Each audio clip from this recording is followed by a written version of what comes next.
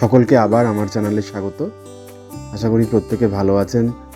2026 ইংরেজি নববর্ষ সকলের খুব ভালো কাটছে। জানুয়ারি মাসেই এবছর আমাদের সরস্বতী পুজো হয়ে গেছে। 23শে জানুয়ারি ছিল সরস্বতী পুজো, একই সাথে নেতাজি সুভাষচন্দ্র বসুর জন্মদিন। গত বছর যেমন সরস্বতী পুজোতে আপনাদের নিয়ে গেছিলাম কালনাতে, সেখানকার বিখ্যাত সরস্বতী পুজোগুলো দেখাতে। এবছর আপনাদের নিয়ে যাব আমাদের হুগলি জেলার মগরাতে। গত বছর যেমন আপনাদের সরস্বতী পুজোতে কালনাতে নিয়ে গেছিলাম সেখানকার বড় বড় এবং বিখ্যাত সরস্বতী প্রতিমা এবং মণ্ডপ দেখাতে, এবছর আপনাদের নিয়ে যাব হুগলি জেলার। জায়গাটা তো বেশ সুন্দর। সবাই তো এদিকেও যাচ্ছে এদিকেও যাচ্ছে, দুদিকেই যাচ্ছে। চলো এদিকেই যাই। মগরা স্টেশন, করে সব লোক আসছে। ও এখানে লেভেল ক্রসিং আসছে।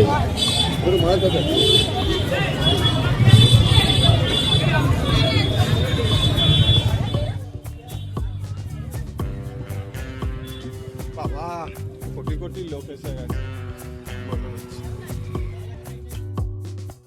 অনেকদিন ধরেই শুনেছি সেখানকার সরস্বতী পুজো বেশ বিখ্যাত এবং বেশ জাঁকজমকপূর্ণ, তাই দেরি না করে এবছর আপনাদের সেখানেই নিয়ে যাব। তবে মগরা যেতে হলে আমাদের এখান থেকে যেতে হবে নৈহাটি, সেখান থেকে ট্রেন ধরে ব্যান্ডেল, আবার ব্যান্ডেল থেকে ধরে নিতে হবে বর্ধমান লোকাল। সেই জন্য 3টে ট্রেন আমাদের চেঞ্জ করতে হবে, যার জন্য অনেক সময় লাগবে, প্রায় 2 ঘন্টারও বেশি। আর ট্রেনগুলো যদি কানেক্টিং না থাকে তাহলে আরও দেরি হবে। তাও মা সরস্বতী বলে চললাম মগরার উদ্দেশ্যে। পৌঁছতে সন্ধে নেমে এসছে, সন্ধে 6টা।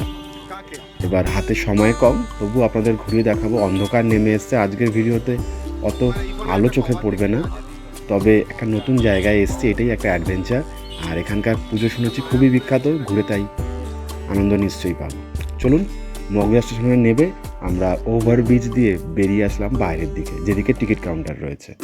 এদিকেই বেশি বড় পুজোগুলো হয়, কাটাপুকুরের দিকে আমাদের যেতে হবে।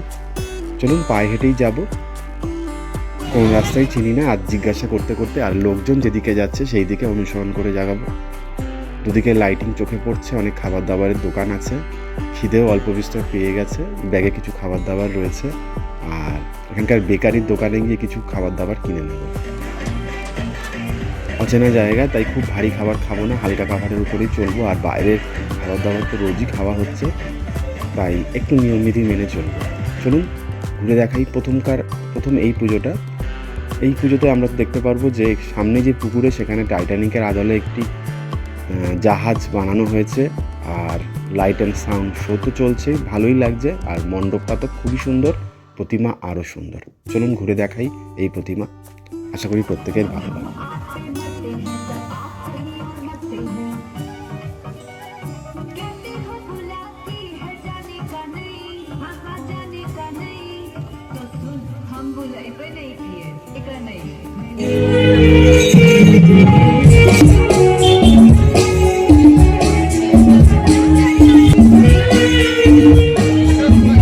অগ্রগামী সংঘ।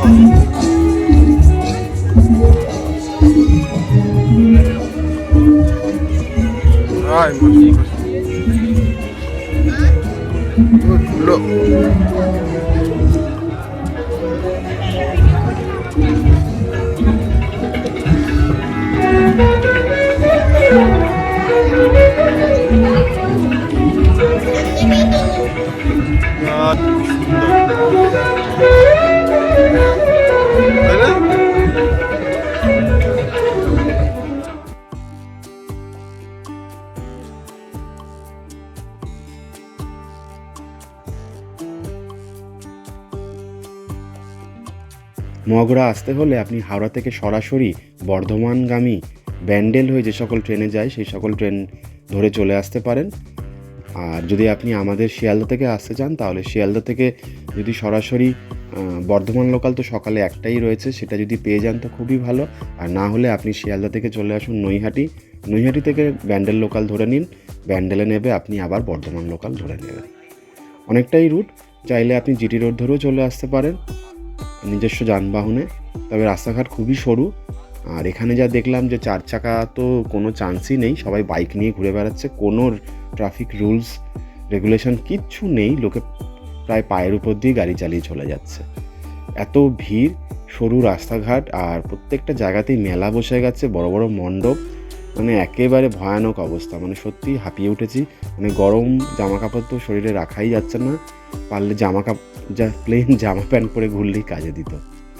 এতটা এখানকার অস্থির পরিস্থিতি, গরম লাগছে, ছোট ছোট গলি, এত গান বাজনা, আলো, মানে একদম দুর্গাপুজো মনে হচ্ছে।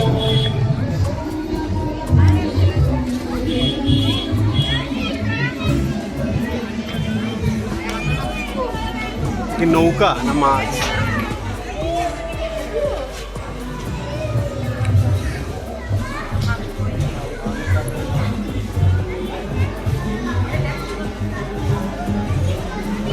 প্রায় রাজবাড়ির মতো করার চেষ্টা করেছি।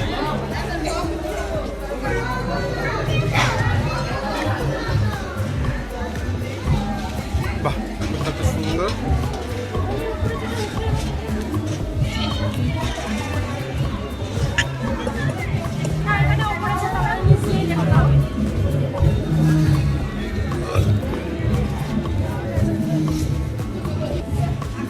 বাহ, বাবা, লোকের সামনেই তো ভালো পোজ নিয়ে।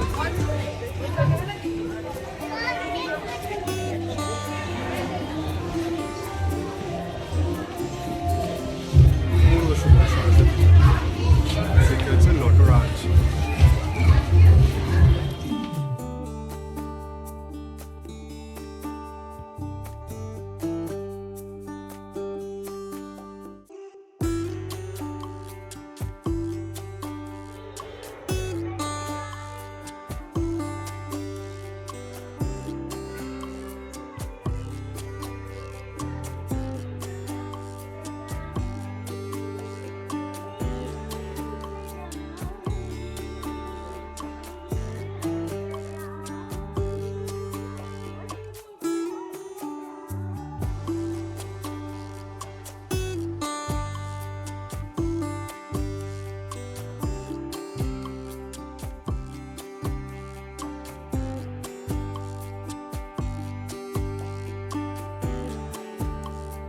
কিন্তু ঘুরে দেখবেন, ভালো লাগবে। কাটাপুকুর থেকে আমরা হাঁটতে হাঁটতে আরও ভিতরে চলে গেলাম। এই হাই রোডটা পার হয়ে মগরা রোড যেটা রয়েছে, মেন রোড পার হয়ে এখানে একটা দোকানে বেশ চা খেলাম, ভালো লাগলো।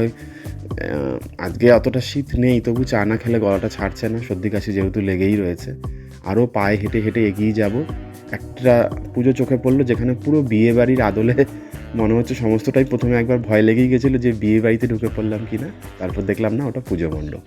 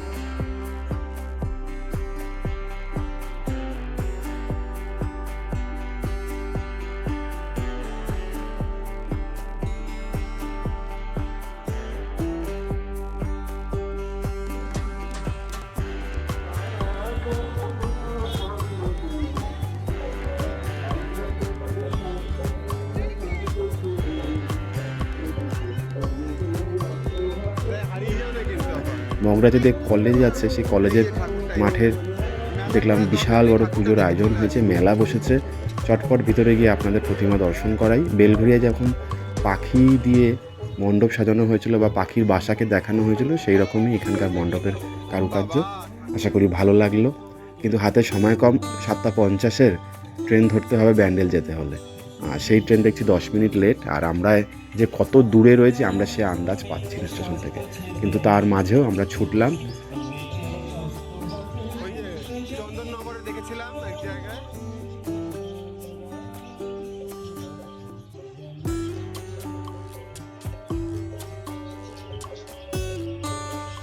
এটা দেখলাম এক জায়গায় সাউথ ইন্ডিয়ান কালচারেরও একটা নিদর্শন চোখে পড়েছে, সেখানেও আপনাদের নিয়ে গেলাম। আশা করি ভালো লাগছে মগরা ঘুরে, আপনারাও আসবেন, ঘুরে দেখবেন হুগলি জেলার মগরা। এখানকার সরস্বতী পুজো সত্যিই খুব বিখ্যাত। সামনের বছর ইচ্ছা রয়েছে দিনের বেলায় চলে আসবো, তাহলে আরও ভালোভাবে দেখাতে পারবো আপনাদের সমস্তটাই। এই বছর যেহেতু হাতে সময় কম, এবং আমি ঠিক জানতাম না যে 26শে জানুয়ারি এখানে পুজো মণ্ডপ থাকবে। আমি ভেবেছিলাম হয়তো রবিবারই শেষ, কিন্তু শুনলাম 26শে জানুয়ারিও থাকবে। একদিন পরে আসলেই হতো। যাই হোক, মা সরস্বতীর কৃপায় এবছর তো দেখে নিলাম, আসছে বছর আবার হবে। আপনারাও আসবেন, ঘুরে দেখবেন। আর আমার ভিডিওটা কেমন লাগলো অবশ্যই জানাবেন। কালনা যেতে পারলাম না, একটা দুঃখ রইল, কিন্তু কালনা অনেকটাই দূর, আর এবছর এসআইআরের কাজে এতটাই ব্যস্ত, সেই জন্য আর পেরে উঠলাম না।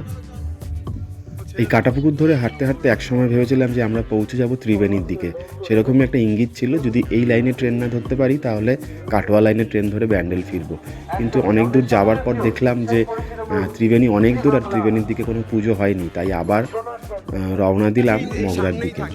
মাঝখানে 2-1বার রেল লাইন পড়লো, সেটা দেখে একটু অবাকই হলাম যে আমরা আবার কি রেল লাইন পার হয়ে চলে আসলাম, কিন্তু মনে হলো এটা কোনো কারখানার রেল লাইন, যেটা কোথায় শুরু কোথায় শেষ জানি না।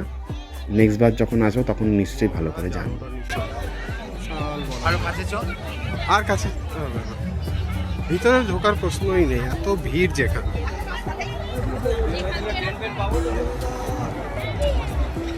কি বানিয়েছে এটা? যোধপুরের কোনো মহল ফহল বানিয়েছে।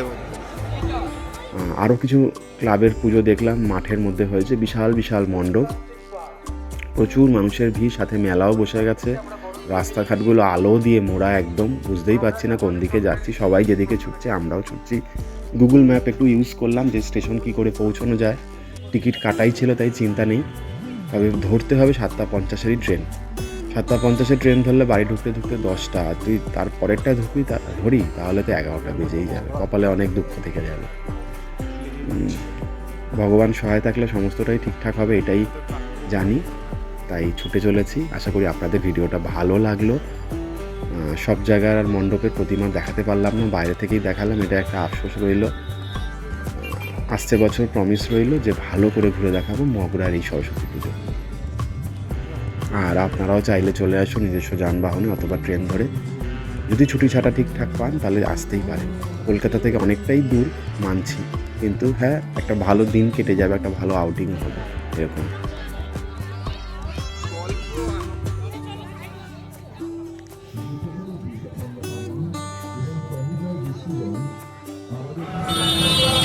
সোজা সোজা কিছুই বলতে পারে না।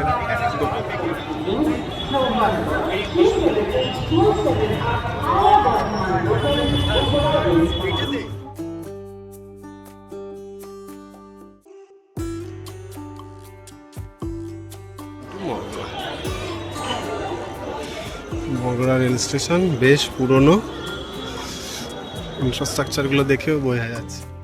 আপনাদের সাথে আবার দেখা হবে অন্য কোনো ভিডিওতে। সকলে ভালো থাকবেন, সুস্থ থাকবেন, এবং ভিডিওটা ভালো লাগলে অবশ্যই চ্যানেলটি সাবস্ক্রাইব করবেন। জয় মা সরস্বতী, সকলকে বিদ্যা বুদ্ধি দিও, শুভ বুদ্ধি দিও, এই কামনাই করি।